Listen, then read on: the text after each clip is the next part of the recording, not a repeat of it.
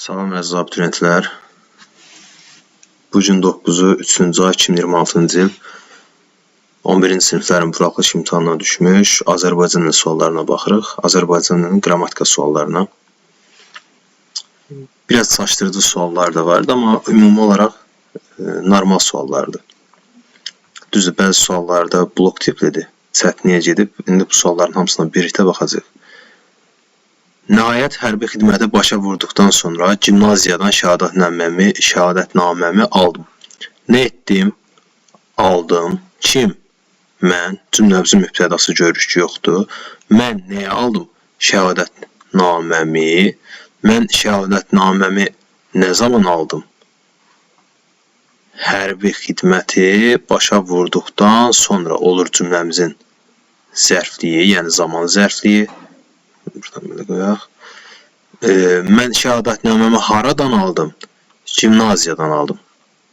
Burada bəzi şagirdlər çarxıb bütövlükdə götürüblər, yəni hərbi xidməti başa vurduqdan sonra gimnaziyadan bütövlükdə zərfli kimi yanaşırlar. Ancaq nəzərə almaq lazımdır ki, bütövlükdə yanaşmamız üçün bunun tərkib olması lazım idi. Tərkib olması üçün də əsas tərəfimiz feil, sifət, feili bağlama və yaxud da məsdərli, ümumiyyətlə, yəni söz birləşməsi olmalı idi. Gimnaziyadansa burada müstəqil cümlə üzvüdür. Haradan aldım? Gimnaziyadan. Gimnaziyadan nə zaman aldım? Hərbi xidməti başa vurduqdan sonra. Nəhayət isə köməkçinin diksiyası olduğu üçün təhlilə cəlb edilmir. Deməli, zərflik, tamamlıq, xəbər, variantı. İkinci sualımız. Hansı cümlədə feil sifət tərkibi işlənib?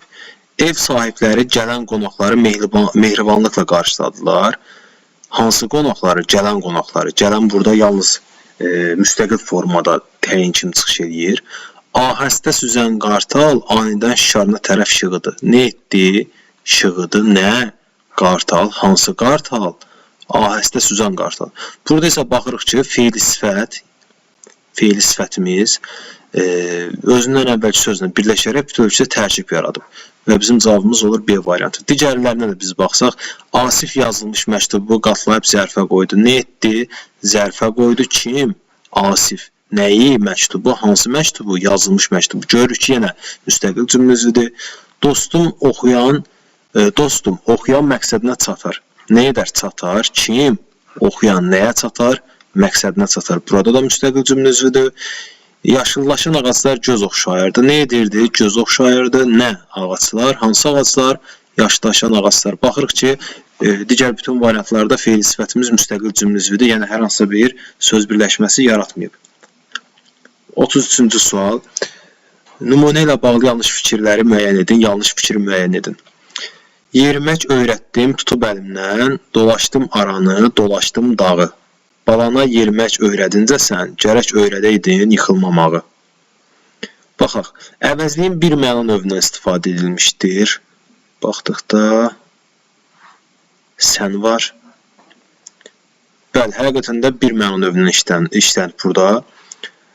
A variantı düzgündür. Yönlük halda işlənmiş söz mənsubiyyət şəkilçilidir. Yönlük halda sözümüz bizim balana yerimək öyrədincə sən. Deməli, burada bala sözün kökü, balan, sənin balan, A-də yönlü hal şəkilçisi. Yəni, buradakı bizim qaydamız var ki, ikinci şəxsin təkində, ümumiyyətlə, ikinci şəxsin təkində, birinci şəxsin təkində fərq yoxdur, cəmində də olur. Yəni, sözümüz saitlə bitərsə, sözümüzün sonu saitlə bitərsə, bizim mənsubiyyət şəkilçimiz öz saitini itirir. Bu, birinci və ikinci şəxsin təki ilə cəminə aiddir. Yəni, bala burada sözün kökü, N isə öz saatini itirmiş mənsubiyyət şəkilçisidir. Variantımız düzgündür. Aha. Deməli, A variantını çıxdıq, B variantını çıxdıq. İkinci misrada işlənmiş isimlər təsirli haldadır. Dolaşdım aranı, haranı, dağı, doğru fikirdir. Təsriflənən feillərin hamısı xəbər şəklindədir. Baxaq, təsriflənən feillər. Öyrətdin, xəbər şəkli, tutaraq əlindən bu feili bağlamağı çıxırıq. Dolaşdın, xəbər şəkli, dolaşdım, yenə xəbər şəkli. Balana yerimək öyrədincə sən, bu feili bağlamağı çıxdıq. Gərək öyrədəydin, aha. Burada öyrətmək öyrətmək sözün kökü A isə arzu şəklinin şəkilçisidir. Yəni bu feilin xəbər şəkli deyil. A arzu şəklinin şəkilçisidir. D isə idi hissəcikdir burada. Gərək öyrədəydin, öyrətməyəydin. Baxırıq ki, burada D variantı yanlış fikirdir. Cavabımız olur D. Yəni bütün feillərimiz xəbər şəklində deyil. Tərz hərəkət zərfinin təsriflənməyən feilə aid olduğu nümunələri müəyyən edin. Baxaq, tamamilə xəbərsiz idi. Tamamilə xəbərsiz idi ki, necə gəliblər? Ümumiyyətlə, birinci misrada biz baxırıq ki, hər hansı bir təsriflənməyən feilimiz yoxdur. Biri çıxırıq. Belə danışmağın heç bir əsası yoxdur. Aha, burada təsriflənməyən feilimiz olsa da, belə sözü bilirik ki, zərf yox, zərfə əvəz eləyən, zərfi və sifətə əvəz eləyən işarə əvəzliyidir. Elə belə. İçini də çıxdıq. Burada zərf yoxdur. Onlar ev yiyəsi ilə gülə-gülə salamlaşıb içəri keçdilər. Biz gülə-gülə əvəzinə gülərək, yəni araq şəkilçisindən istifadə edə biliriksə, gülərək salamlaşıb içəri keçdilər. Bu da feili bağlama olur. İçəri isə yer zərfidir. Üçü də çıxdıq. Şuşada çiyin-çiyinə döyüşdüyü dostlarını heç vaxt unutmurdu. Aha. Döyüşdüyü bizim feili sifətimiz. Necə döyüşdüyü? Çiyin-çiyinə döyüşdüyü. Həqiqətən də görürük ki, tərz hərəkət zərfliyi aid olub feili bağlamaya, daha doğrusu feili sifətə.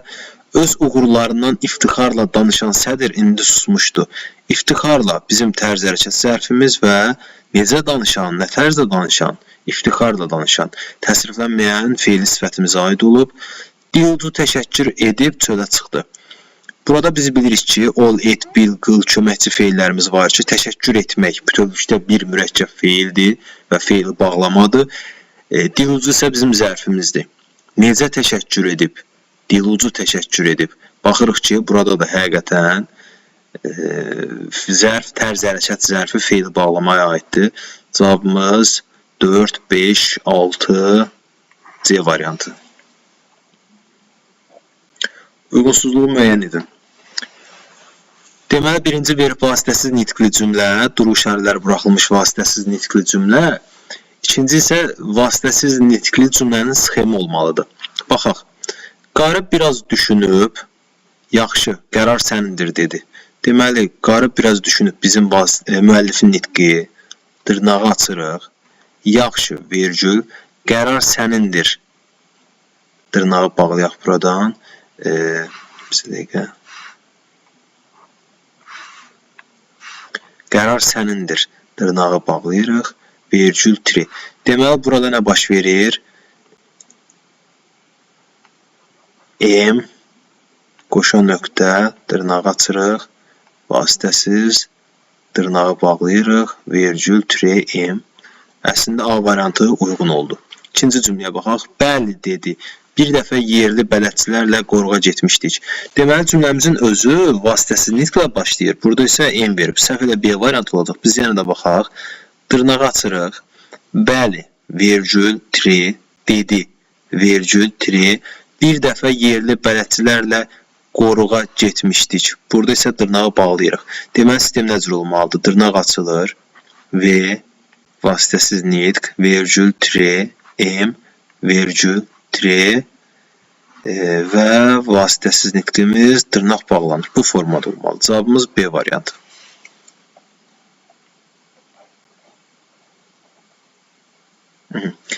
Klasteri tamamlaya bilməz. Səs və hərflərin sayı bərabərdir. Klasteri tamamlaya bilməz.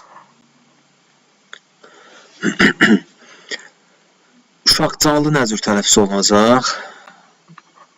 Uşaq canlı. Uşaq canlı. Açıq aşkar. Açıq aşkar. Açıq aşkar. Deməli, ən çox çaşqınlıq yaradan testlərdən də biri bu idi ki, biz bilirik ki, kar-keş şəkilçisinin tərkibində olan Q hərfi dəyişilmir. Olduğu kimi qalır. Yəni, sənətkar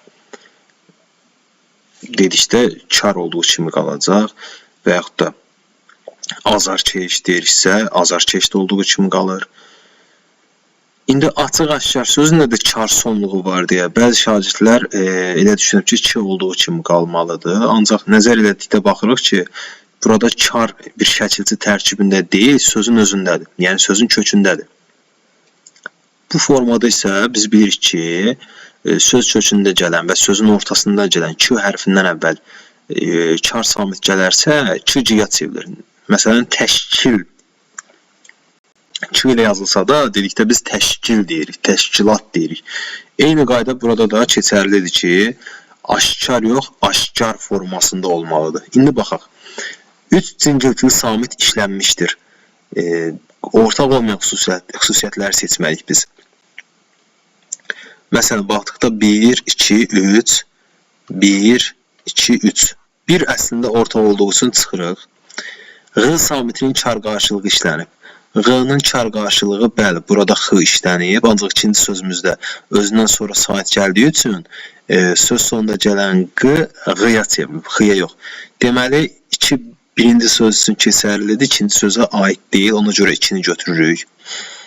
Açıq saitlərin sayı qapalı saitlərin sayından çoxdur. Baxaq, açıq saitlərimiz A-lar 2 dənə, U və Ö qapalı, burada isə bərabərdir. Onda biz 3-ü də rahatlıqla götürə bilərik. Belə götürək buradan 2, 3. Deyilliklə yazılışı arasında 2 fərqli məqam var. Məsələn, uşaq canlı sözündə, bəli, q-ya çevrildi, l-ya çevrildi 2 fərqli məqam, q-ya çevrilib, k-da g-yə. 4 əslində uyğun olduğu üçün 4-ü çıxırıq. Yəni 4 hər ikisi üçün ortaqdır. Bizə lazımdır ki, ya heç birinin aid olmasın, ya da hər hansı birinin aid olsun, digərinin aid olmasın. Yanaşı işlənən kar və cingiltili samitlər var. Tələffüzə baxdıqda birinci sözümüzdə x və c işlənib, ikinci sözümüzdə ş var, c var. Deməli, 5 də əslində doğru fikirdir, ona görə götürmürük, bizə yanlışlar lazımdır. Kar qarşılığı olan bir samit işlənib. Kar qarşılığı olan bir samit dedikdə, məsələn, birinci sözümüzdə bəli, c var, ikinci sözümüzdə isə kar qarşılığı olan xeyr, ğ var, c var, r var. Deməli, 6 da yanlış fikirdir. Cavabımız 2, 3, 6 A variantı. Aha, daha bir çətin deməyək də blok tipli tapşırıqlardan biri.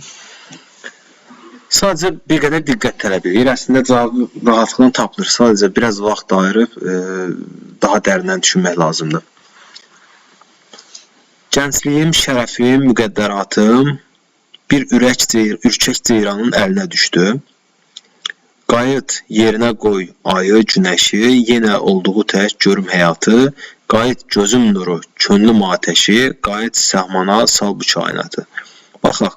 Nümunələrin hər ikisinə aiddir. Nitq hissəsi ilə ifadə olunan həmcins üzvlər işlənmişdir. Bəli, biz görürük ki, gəncliyim, şərəfim, müqəddəratım bir ürək ceyranın əlinə düşdü. Əlinə düşdü nə gəncliyim, nə şərəfim, nə müqəddəratım. Mübtədaların həqiqətən həmcinsliyi var. Ancaq ikinci bir həmcinslik yoxdur. Birinci nümunədən söhbət gedir. İkinci nümunəyə baxdıqda qayıt yerinə qoy ayı, günəşi. Nə et? Qayıt, nə et? Yerinə qoy. Yerinə qoy nəyi? Ayı, nəyi? Günəşi. Deməli, həqiqətən də nitq hissələrlə ifadə olunan həmcinsliklər var hər ikisində. Biri götürürük. İkidə deyir ki, baş sözlərdən birinin həmcinsliyi var. Birinci üçün keçərlidir. İkinciyə biz baxdıqda xəbər həmcinsliyini gördük ilk sətirdə. Baxaq yenə də digərlərinə. Yenə olduğu tək görüm həyatı, qayıt gözüm nuru, könlüm atəşi, qayıt sahmana, sal bu kainatı. Aha.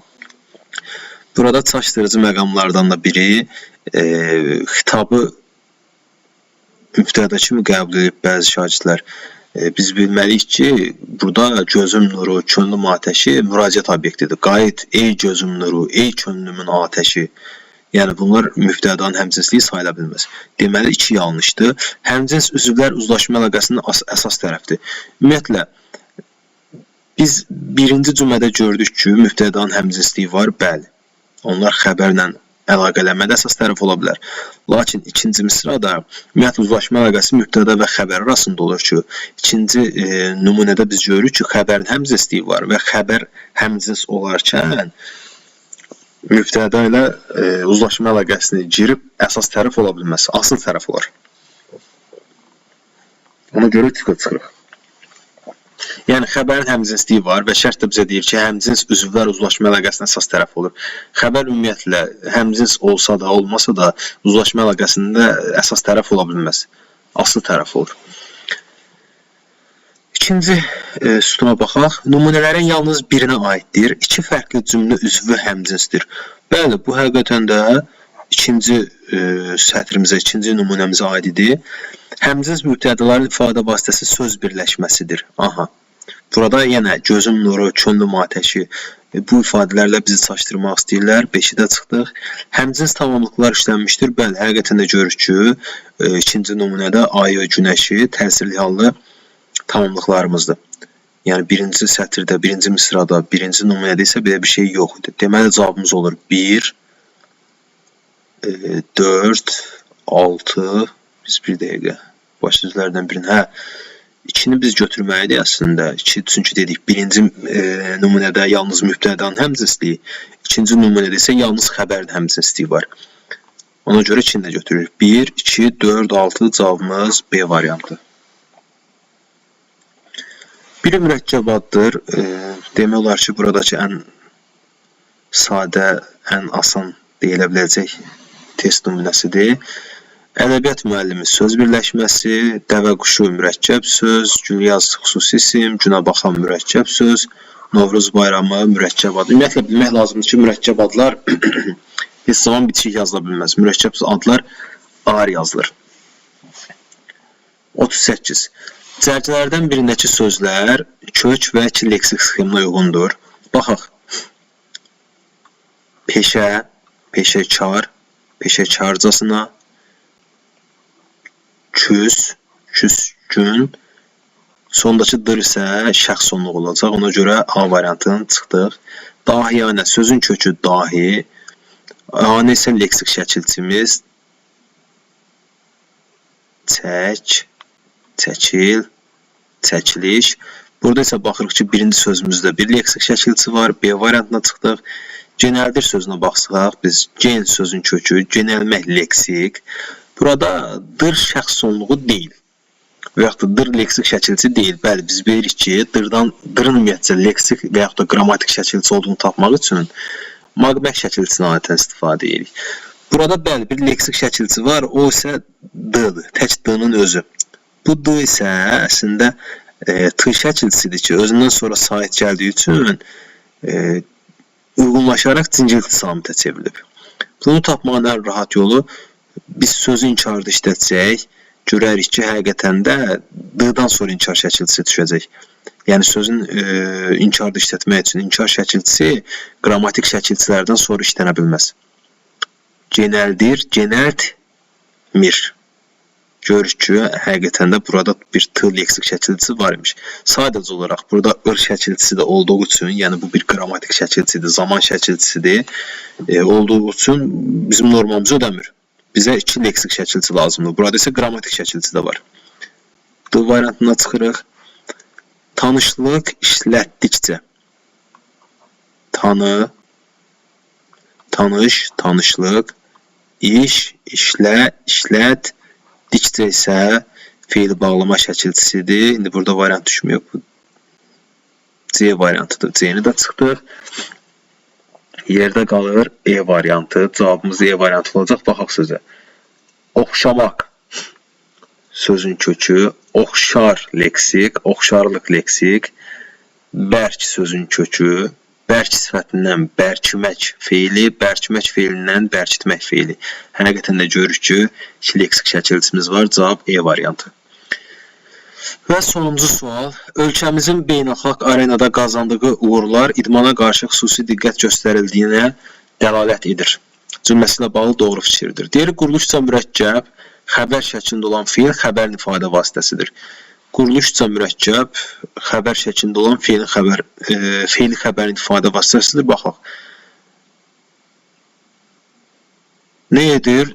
Dəlalət edir. Həqiqətən də biz elə buradan görürük ki, dəlalət edir bizim xəbərimizdir və quruluşca mürəkkəbdir. Yəni ol et köməkçi feilini görürük burada və feilin xəbər şəklindədir. Yəni A variantı elə bizim doğru variantımızdır. Digərlərinə baxsaq, feillər qayıdış və məlum növdədir.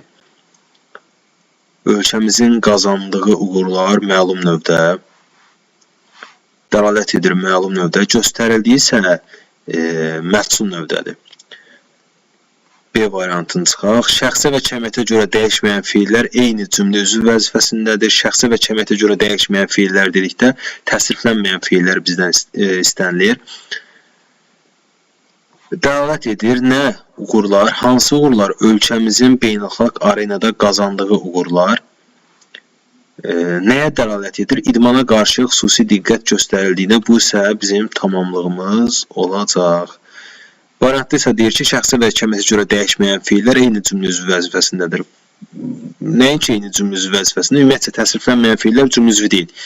Yəni müstəqil cümlə üzvü deyirlər. Onlar söz birləşməsinin tərkibindədir.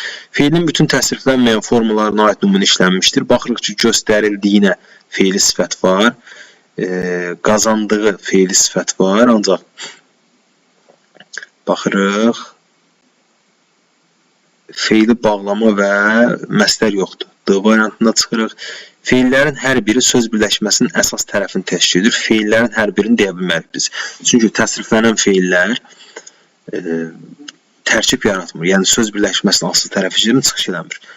Cavabımız da onsuz qeyd eləmişik. A variantı da bizim 40-cı sualımız.